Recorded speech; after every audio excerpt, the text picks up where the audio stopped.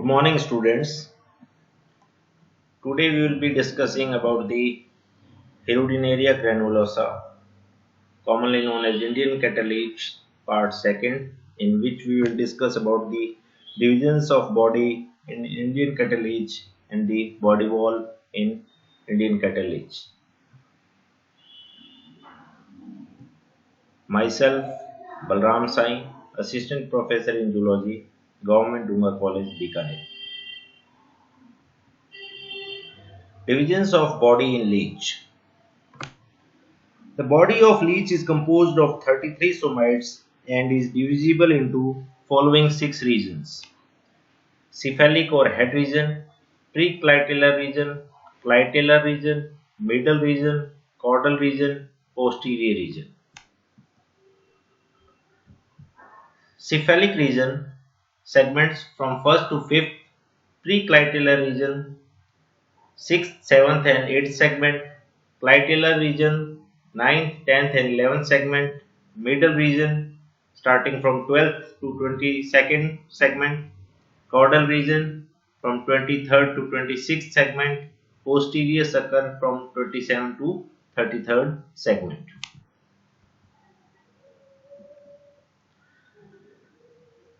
Now we will discuss each region in detail. First is the cephalic or head region. It is composed of the first 5 segments. It includes prostomium, anterior sucker, the mouth and the eyes. In fact, a pair of eyes are situated on the dorsal side of first annulus in all the cephalic segments. This is the cephalic region, in which segments from 1st to 5th are included, and it comprises of the anterior sucker, the triradiate mouth, and in these cephalic region nephridiopores are absent. This is a characteristic feature of cephalic region. The first 2 segments are uniannulate, that is having a single annuli. The third segment is biannulate, having 2 annulus, and 4th and 5th segment are triannulate.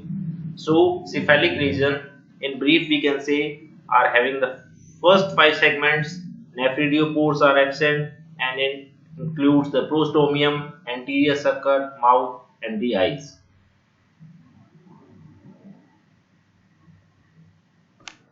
Next is the preclitellar region. It includes 3 segments, that is 6th, 7th and 8th, all bearing nephridiopores. In the cephalic region, we had seen that nephridiopores were absent. Somite 6 is triannulate, but the remaining 2 are completely quinquennulate, that is each with 5 annuli. Next is the clitellar region. It is composed of 3 complete segments, that is 9th, 10th and 11th.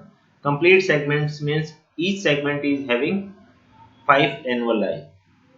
There is no permanent clitellum in Hirudinaria, but temporary clitellum develops only during breeding season.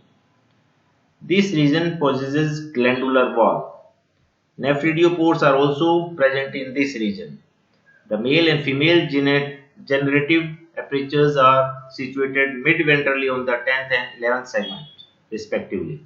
So, in brief we can say clitellar region is the region with the segments 9th, 10th and 11th. Nephridiopores are present in this region, and male genital tract aperture in the 10th segment and female genital aperture in the 11th segment. Next is the middle region. It is the largest region of the body and consists of 11 complete somites, that is from segment 12th to 22nd segment. Next is the caudal region. This region is short and consists of 4 incomplete somites, that is starting from 23rd to 26th. Segment 23rd is triannulate, but the remaining 3 are biannulate. Here we are using the word incomplete somates. Incomplete stands for when the number of annulus is less than 5. Segment 26 bears the anal aperture on the dorsal side. There are no nephriopods in the caudal region.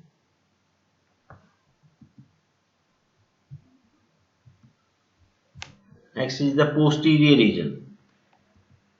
It is composed of 7 segments starting from 27 to 33rd segment arranged in concentric rings and each represented by a single annulus.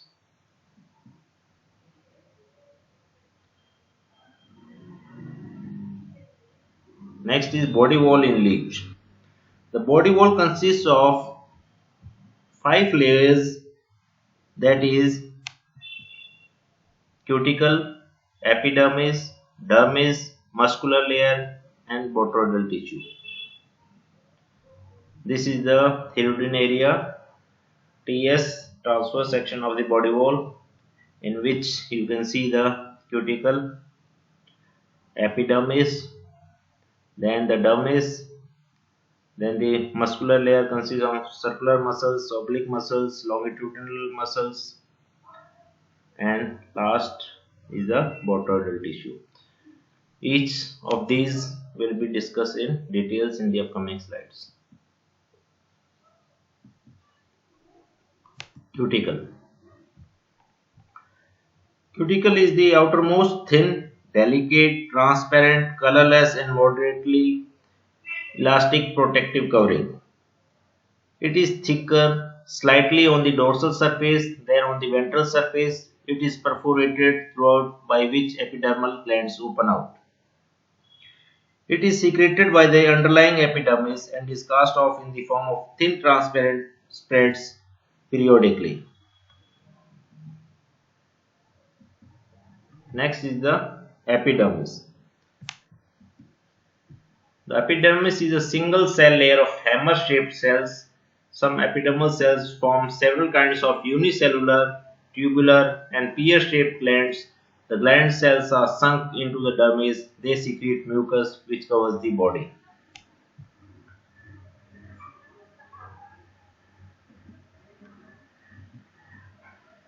Here I want to add something more, that is, several epidermal glands are found in the epidermis, which are slime glands, sucker glands, prostomial glands, clitellar glands, etc.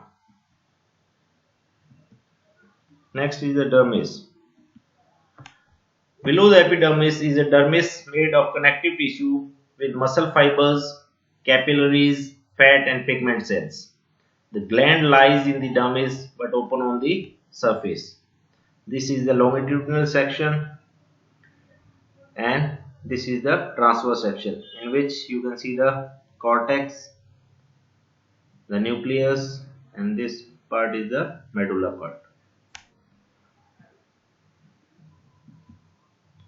Next is the muscular layer. The musculature below the dermis has a thin layer of circular muscles and a thicker layer of longitudinal muscles. The longitudinal muscles are powerfully developed and their fibers converge into the two circles. Circular muscles are arranged concentrically in the circles. From the figure, it is clear. Thin layer of circular muscles. This is the thin layer of circular muscles. Whereas a thick layer of longitudinal muscles. This is the thick layer of longitudinal muscles, in which dorsoventral muscles, longitudinal muscles and oblique muscles are there. Between the circular and longitudinal muscles, leeches have an additional double layer of oblique muscles. These are the oblique muscles shown in picture, directed spirally around the body like a coil.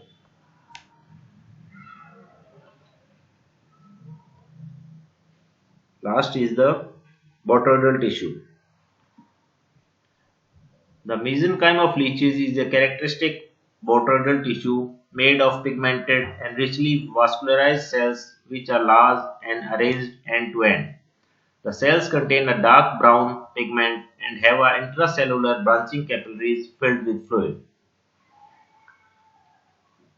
Fat cells contain fat droplets and some glycogen. Yellow cells are filled with yellow, brown, or green granules. These cells appear to be excretory. This is the picture depicting the T is a body wall in which botryoidal tissue is present, and the botryoidal tissue is probably excretory. It almost completely fills the body cavity. Within the botryoidal tissue are two types of cell characteristic of leeches. They are the fat and yellow cells.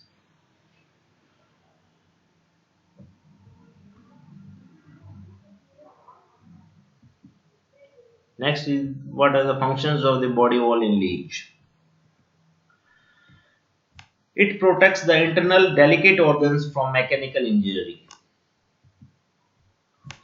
The cuticle and the slimy coat check evaporation and help in easy escape from the grip of enemies.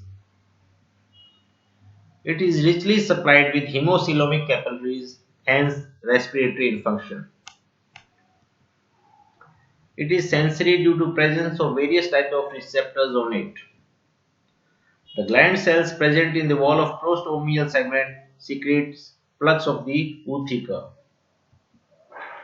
The gland cells in the clitoral segments secrete ootheca and albumin being the food for the developing embryo. So if we discuss in brief what are the functions of the body wall, it prevents from the mechanical injury, help in easy escape from the grip of enemies, respiratory function,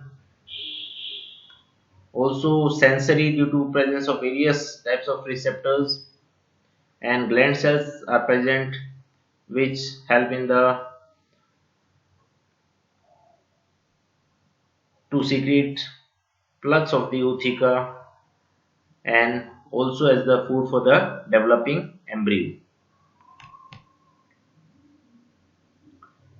Thanks a lot for paying attention, and in the upcoming lectures we will discuss more about the Hirudinaria granulosa, its digestive system, its circulatory system. Thanks a lot. Be in touch.